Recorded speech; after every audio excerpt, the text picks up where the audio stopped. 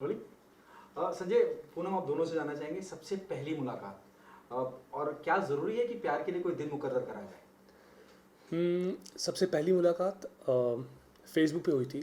Social media का ज़माना है। सो फेसबुक पे हम लोग की चैटिंग शुरू हुई। उसके बाद फ़ोन पे बातें। सो वहाँ पे ही एक कनेक्ट, एक वाइब हमारी मैच हो गई थी। हम कनेक्ट हो चुके थे। उसके बाद पूनम दिल्ली से मुंबई मुंबई आई। या एंड मुंबई एयरपोर्ट पे मैं पिक करने गया था, रिसीव करने गया था पूनम को। सो जब पहली बार पूनम को देखा तभी पहली नज़र में प्यार हो गया। फिल्मी सिचुएशन थी। ऐसे लग रहा था कि मेरी लाइफ भी किसी फिल्म से कम नहीं है। ऐसे लग रहा था कि मैं किसी फिल्म का हिस्सा हूँ और मेरी हीरोइन सामने से चल के मेरे पास आ रही है। सो वो थी पहली मुलाकात। एंड प्यार का इजहार करने के लिए कोई एक मैं क्या कहता हूँ कि सारे दिन अच्छे हैं। हर दिन कोई कोई भी दिन गलत नहीं है। प्यार का इजहार तो आप कभी भी कर सकते हो।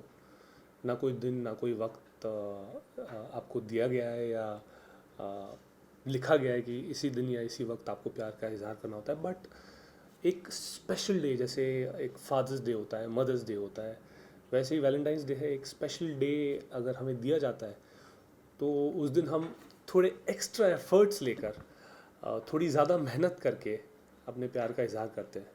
तो उसमें कुछ खराबी नहीं है। एंड प्यार को सेलिब्रेट करने के लिए तो हर दिन ही अच्छा है। बट अगर एक ऐसा स्पेशल, एक इम्पॉर्टेंट दिन अगर हमें दिया गया तो I think it's an opportunity where you can express your love with all your heart. Poonam, आप क्या कहेंगे? जब हम पहली पहली मुलाकात तो इन्होंने बता ही दी है, हमारी फेसबुक पे हुई थी। And personally definitely I also saw him at the airport. तो इन्होंने ब्लैक शर्ट पहनी थी एंड ब्लू डेनिम पहनी थी और बहुत बहुत हैंडसम लग रहे थे।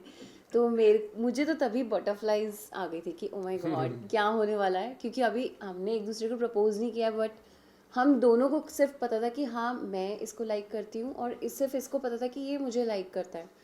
हमने उस टाइम तक कन्फेस नहीं किया था, बट पता था कि हाँ समथिंग इज़ देयर, क्योंकि हमारी वाइब्स मैच हो गई थी। बट देन आफ्टर 5 days जब मैं वापस जा रही थी मुंबई से दिल्ली, तो इन्होंने प्रपोज कर दिया था। एंड बस क्या तभी डीडीएल हमने डीडीएल वाली फीलिंग नहीं आई? उसी तरह की फीलिंग थी ना, मैं नहीं आऊँगा।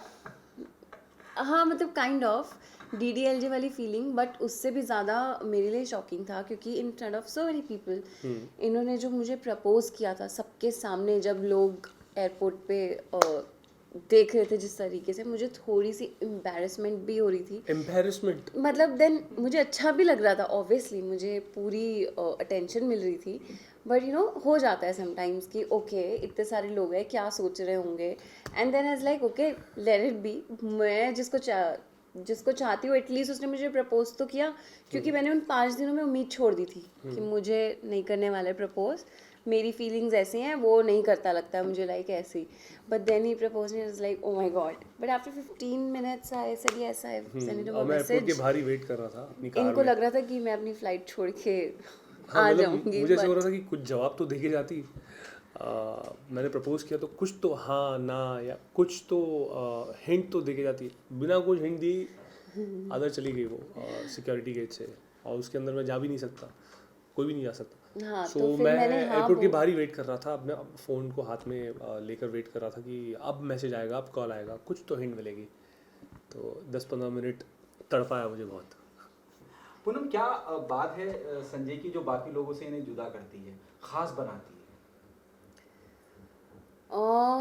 सोचना पड़ रहा है। नहीं सोचना नहीं पड़ रहा, मुझे ये सोचना पड़ रहा है कि मैं इतना लंबा आंसर छोटे ओ। में कैसे दूँ, क्योंकि I think he is the best. और बहुत कम लोगों को पता होगा कि अगर मैं मुंबई में हूँ तो वो मैं संजय की वजह से हूँ, बिकॉज़ इन्होंने मुझे सब कुछ सिखाया है यहाँ पे, क्योंकि मैं एकदम रॉ आई थी। ना मेरे पास कोई कॉन्टैक्ट्स थे, ना मैं किसी को जानती थी। ही इज़ द वन जिन्होंने मुझे सारे कॉन्टैक्ट्स दिए, मुझे लोगों से मिलवाया, मुझे कैमरा के आगे और कैमरा के पीछे की चीज़ें समझाई, क्योंकि ये खुद फिल्म मेकिंग स्टूडेंट है। And the best part is I think he is very intelligent. आप इनके साथ कोई भी किसी भी टॉपिक पे कॉन्वर्सेशन अगर आप करो तो वो he can easily pull off that conversation. And मुझे ऐसा कोई इंसान चाहिए था अपनी लाइफ में कि जिसके साथ मैं सब कुछ शेयर कर सकूं, या अगर मुझे कोई चीज़ समझ नहीं आ रही है तो मैं इनसे उस चीज़ के सॉल्यूशंस ले सकूं. So he is first of all he is very intelligent, he is very caring. And सबसे बेस्ट पार्ट ये है इनमें कि ये लड़कियों की इज़्ज़त बहुत करते हैं, जो मुझे आई थिंक सबसे अच्छी चीज़ ये लगती है कि ये हर लड़की की उस तरह से इज़्ज़त करता है जिस तरह से ये मेरी एक लड़की की होनी चाहिए, उसको उतनी रिस्पेक्ट देता है. So he that is the best part. Sanjay, what special about Poonam?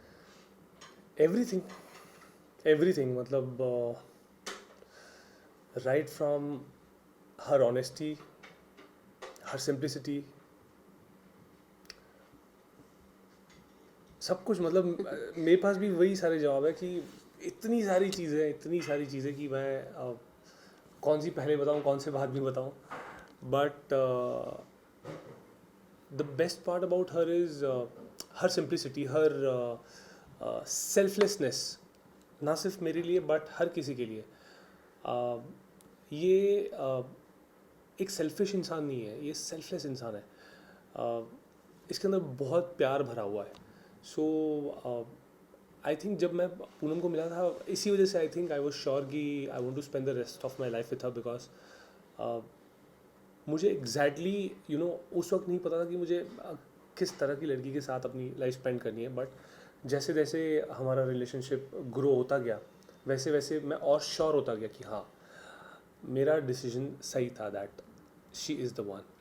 So everything about her honesty, her simplicity, her selflessness, बहुत सारी चीज़ें हैं जो पूनम की अच्छी लगती है मुझे. Thank you. संजय, क्या जिंदगी में बदलाव आया पूनम के आने के बाद? कई बार ऐसा होता है कि जी. किसी शख्स से आप जुड़ते हैं, प्रोफेशनली पर्सनली ग्रो करते हैं. जी.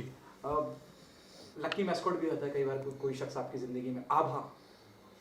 उस बारे में कुछ कहना चाहेंगे? मैंने जितने भी अवार्ड्स रिसीव किए हैं, मैंने स्टेज पे ये कन्फेस किया है कि पूनम मेरी लकी चार्म है.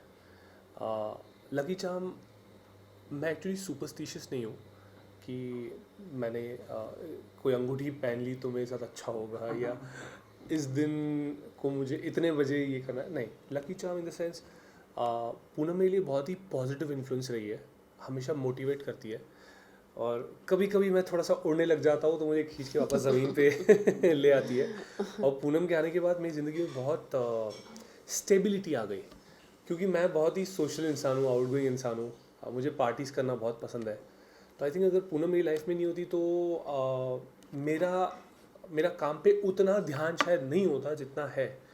मैं जितनी एनर्जीज, जितने फोकस के साथ, जितनी डिटर्मिनेशन और जितनी कॉन्फिडेंस के साथ मैं सेट पे जाता हूँ कि हाँ, मैं अपना काम जानता हूँ और मैं अच्छा काम करूँगा.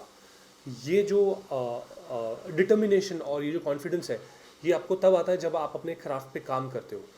तो मैंने अपना सारा फोकस, अपनी सारी एनर्जीज पूनम के आने के बाद सिर्फ और सिर्फ काम पे लगा दी, जिस वजह से मेरी लाइफ में स्टेबिलिटी आ गई, और जिस वजह से ऑडियंसेस को एंटरटेन करने में मैं सक्सेसफुल रहा, और जिस वजह से मुझे बहुत प्यार मिला. तो आई थिंक उस वजह से मैं पूनम को अपना लकी चार्म बोलता हूँ. पूनम क्या मानती है? बहुत एक, जब मैं संजय की बात करता हूँ और ऑन स्क्रीन इमेज की बात करता हूँ, बड़ी नेगेटिव इमेज है भाई, खलनायक, और बिल्कुल सॉफ्ट साइड है उनकी अगर उनको रियल जिंदगी में देखा जाए. इस बारे में क्या कहना चाहेंगे? And how do you manage Sanjay to portray such a negative character on screen?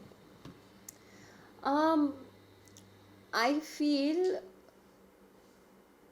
ये अपने क्राफ्ट पे बहुत मेहनत करता है. डेफिनेटली घर आके भी सिर्फ अपने कैरेक्टर के बारे में सोचता रहता है. स्टार्टिंग 1 ईयर हमें डेफिनेटली थोड़ी बहुत प्रॉब्लम, मुझे बेसिकली प्रॉब्लम हुई थी, क्योंकि ये अपना काम घर पे ले आता था. तो मैं उसको समझाती थी कि देख, मैं मानती हूँ कि तू नेगेटिव कैरेक्टर कर रहा है, बट दैट डजंट मीन कि तुम वो पूरा एग्रेशन घर पे लेकर आओ. वो वहाँ किया, वहाँ पे छोड़ आओ. बट ये उस कैरेक्टर में धीरे धीरे जीने लग गया था. तो मैंने बोला, listen, this is not gonna work, so we have to work on it. So हम दोनों ने साथ में उस पर वर्क किया. एंड आई थिंक उसने अपने ऊपर कुछ ज़्यादा मेहनत करी, और उसके बाद रिजल्ट सबके सामने है, अच्छा काम कर रहे हैं, एप्रिसिएशन मिल रहा है उसको। और रियल लाइफ में ये कम्प्लीटली 360 डिग्री उल्टा है। रियल लाइफ में बहुत ही चिल्ड आउट है, बहुत एक्चुअली बहुत Fun कम loving. लोगों को पता है कि ये बहुत इमोशनल है। जब ये चीज़ों से ओवरवेल्म्ड हो जाता है तो ये कभी कभी रो भी देता है।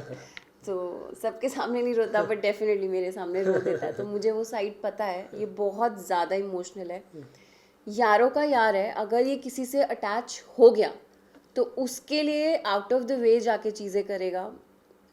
इसके अंदर बहुत ज़्यादा प्यार भरा हुआ है, जो ये मुझे तो देता ही है, अपनी फैमिली को भी देता है, बट अपने फ्रेंड्स को भी देता है। सो या संजय, क्या बोलूँ मैं। सो बिफोर कुंडली भाग्य से पहले जो भी मैंने शोज़ किए थे, हार्डली कोई भी शो चला था 4 महीने 5 महीने। तो मैं बहुत टाइम से, मुझे एक ऐसा प्रोजेक्ट करना था जिससे मैं अपने घर वालों को बोल सकूं, या फिर बोलने की ज़रूरत भी ना पड़े। मैं ऐसा प्रोजेक्ट करना था जिससे मेरे वेल विशर्स, मेरी फैमिली, मेरे फ्रेंड्स प्राउड फील करें मुझ पर। ऐसा नहीं कि मैं पहले मेहनत नहीं करता था, पहले भी करता था, बट बिकॉज एक टीवी शो को लॉन्ग रन बहुत ज़रूरी होता है, तब जाके कैरेक्टर्स एस्टेब्लिश होते हैं, तब जाके एक्टर्स को थोड़ा सा नाम, थोड़ी सी फेम मिलती है, रिकग्निशन मिलती है। तो मैं बहुत टाइम से एक ऐसा शो करना चाहता था जो लंबा चले, जो एक हिट शो हो, ताकि लोग मेरी मेहनत को, मेरे क्राफ्ट को, मेरे टैलेंट को पहचान पाए। तो मेरी कुंडली भाग्य में कास्टिंग हुई थी, it was suppose to be a cameo, 3 महीने का रोल था। लेकिन मैं डे 1 से ये ठान के गया था कि हमारे देश का सबसे बेस्ट प्रोडक्शन हाउस है, one of the best channel, and बहुत बड़ा शो है। तो यहाँ पे तो मुझे साम दाम दंड भेद सब कर देना है, कुछ ऐसा कमाल करना है कि ये जो 3 महीने का रोल है ना, ये एक परमानेंट रोल बन जाए। तो मैंने अपना सब कुछ जो भी मैंने सीखा था इस शो से पहले, वो सब कुछ एग्जीक्यूट कर दिया, सब लगा दिया। एंड सी मैजिक हो गया। जो मैंने मैनिफेस्ट किया था यूनिवर्स के साथ, वो हो गया।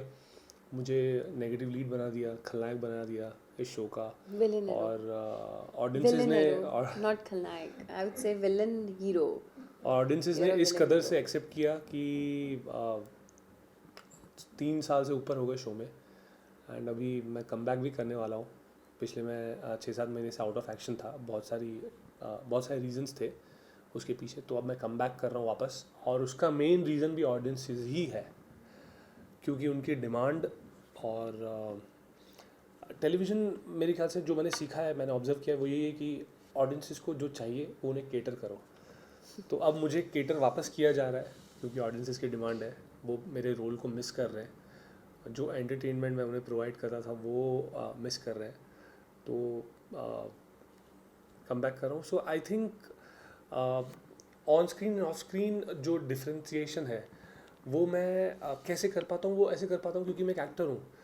जो ऑन स्क्रीन मुझे करना है वो मेरा क्राफ्ट है, जो ऑफ स्क्रीन मुझे रहना है वो, उसमें कोई क्राफ्ट की ज़रूरत नहीं है।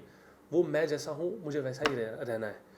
अगर मैं ऑन स्क्रीन कुछ एक नेगेटिव रोल को अच्छी तरह से पोर्ट्रे ना कर पाऊँ, इसका मतलब ये है कि मेरा क्राफ्ट कच्चा है, या फिर मैंने लाइफ में उतनी मेहनत नहीं की है, या फिर मैं टैलेंटेड नहीं हूँ। तो आई थिंक अगर लोगों को मेरा रोल पसंद आया है तो उसका मतलब ये है कि मेरी मेहनत रंग ला रही है। कब तक ये जो आपने बताया कम बैक हो रहा है, ऑन एयर कब तक हो जाएगा, क्या तैयारियां चल रही हैं संजय? बहुत जल्द, आई थिंक एक हफ्ते में कम बैक हो जाएगा। एंड तैयारियां तो बहुत ज़ोरों शोरों से चल रही है। How you reacted when the makers, the production house called you up and says कि बॉस तैयार हो जाइए, you're back? मैंने कहा या आई एम एवर रेडी, क्योंकि आज मैं जो भी हूँ वो कुंडली भाग्य की वजह से ही हूँ। क्योंकि इससे पहले जो भी मैंने शोज़ किए थे उससे तो कोई जानता नहीं था। तो बालाजी टेलीफिल्म्स मेरा परिवार है, इट्स लाइक होम। एंड मैंने बोला कि मैं तो रेडी हूँ, आप बस बताइए कब धमाका करना है। इस बार कुछ नए इनपुट्स होंगे क्या? बिल्कुल क्या बिल्कुल बिल्कुल नया बिल्कुल शेड होंगे आपके किरदार में? बिल्कुल बिल्कुल एक रिवैम्प्ड लुक होगा एंड और ज़्यादा खतरनाक। और ज़्यादा खतरनाक और ज़्यादा एंटरटेनिंग। तो ऑडियंसेस की वही डिमांड है जो एंटरटेनमेंट मिस कर रहे थे 6-7 महीने से, तो अब प्रेशर डबल हो गया है उन्हें एंटरटेन करने का।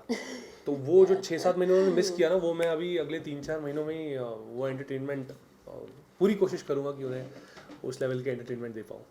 शादी कब तक कर रहे हैं आप लोग? हम तो मैं तो चाहता हूँ कल के कल ही हो जाए, बट अभी 2-3 महीने में हम घर वालों से बात करने वाले हैं, बिकॉज हम दोनों बहुत ही फैमिली ओरिएंटेड लोग हैं, अपनी फैमिली से बहुत प्यार करते हैं। सो पहले फैमिली की ब्लेसिंग्स लेंगे और उनकी कन्वीनियंस के हिसाब से डेट लेंगे, क्योंकि घर में बड़े भी हैं और अभी तो वैक्सीन सिर्फ हेल्थ केयर कम्युनिटी को नसीब हो रही है।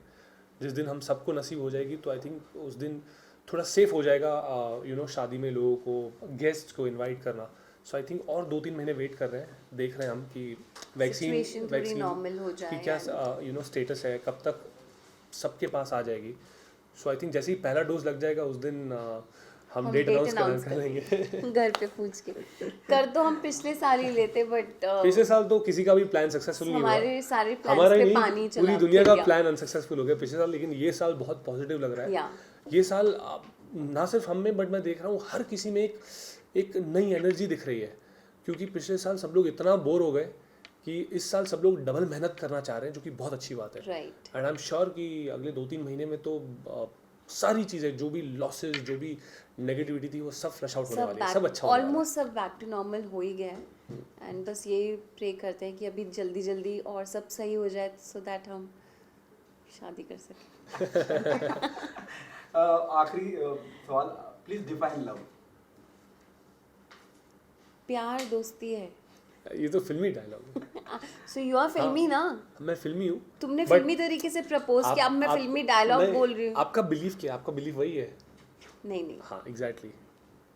प्यार एक बहुत प्यारी सी फीलिंग है, बहुत प्योर। आई थिंक मैं तो एक्सप्लेन नहीं कर सकती यार। Love is like selfless. प्यार लव अकॉर्डिंग टू मी, मेरे हिसाब से लव एक इमोशन है, एक एक्सप्रेशन है। उस इमोशन और एक्सप्रेशन की वजह से आप जो करते हो वो प्यार है। फॉर एग्जाम्पल जैसे प्यार का जो अपोजिट है वो है गुस्सा, हेट्रेड। जब आप किसी से नफरत करते हो, या तो आप अंदर ही अंदर उस इंसान के बारे में कुछ बुरा सोचते हो या गलत चाह रहे होते हो, या फिर आप अगर वायलेंट हो तो आप वायलेंस करते हो, वो है हेट्रेड। तो in the same manner love is also an emotion, it is an expression. कभी कभी आप इजहार करते हो या फिर अपने अंदर ही रख देते हो, कभी कभी इजहार करते हो, कुछ अच्छी क्यूट सी हरकतें करते हो, या फिर बोलते हो कि मैं तुमसे प्यार करता हूँ। तो प्यार एक बहुत ही ब्रॉड इमोशन, बहुत ही ब्रॉड एक्सप्रेशन है। इट्स नॉट नेसेसरी कि सिर्फ एक बॉयफ्रेंड एक गर्लफ्रेंड से प्यार कर सकता है, एक हस्बैंड एक वाइफ से प्यार कर सकता है। कोई भी दो इंसान या फिर दो लिविंग बीइंग भी, जैसे मेरे पास 2 पेट्स हैं, मैं उनसे बहुत प्यार करता हूँ। तो बिकॉज उस इमोशन में आके मैं दिन में 50 बार उन्हें गोदी में लेता हूँ, उन्हें कडल करता हूँ। So that is love for me. Thank you so much. Thank you. Thank you.